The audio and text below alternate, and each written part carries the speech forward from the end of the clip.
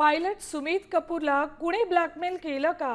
सुमित कपूर यांना कौटुंबिक अडचण होती का? असे अनेक सवाल रोहित पवारांनी पायलटबाबत उपस्थित केले. ते जे काही घटना घडल्या अशी शंका आहे की त्यांनी मुद्दामूनच त्या घटना त्या ठिकाणी घडून आणल्या. कारण बऱ्याच एक्सपर्टशी बोलल्यानंतर विमान ज्या पद्धतीने कळलं ते मुद्दामून मॅन्युअली आणि ट्रान्सपॉन्डर हे विषय तुम्हाला त्या आधीच्या ह्याच्यामध्ये सांगितलेलं आहे. याच्यात खोलात जाऊन चर्चा करायची जरूरत आहे. पण त्यांना दारू प्यायची खूप सवय होती. जेटमध्ये असताना त्यांचा पगार 10 ते 12 लाख होता.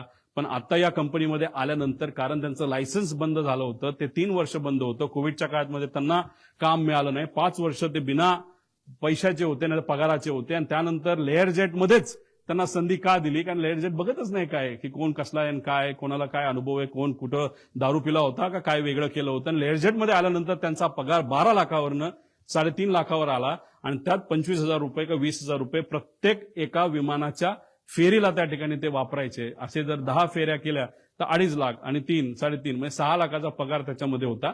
5 वर्ष पगार नसल्यामुळे आणि हा पगार मोठ्या प्रमाणात कमी झाल्यामुळे आणि मोठे मोठे विस्कीचे ब्रँड त्यांना प्यायला त्या ठिकाणी लागायचा, त्याचा खर्च जास्त असल्यामुळे आणि व्यक्तिगत एक कुठला तरी विषय ज्यामुळे ते डिप्रेशनमध्ये होते. आणि ह्या सगळ्या गोष्टीचा उपयोग घेऊन त्यांच्यावर प्रेशर टाकून कुणी ब्लॅकमेल करून काय घटना घडली का असं आमचं डाऊट आहे. हे क्लिअर करणं महत्वाचं आहे.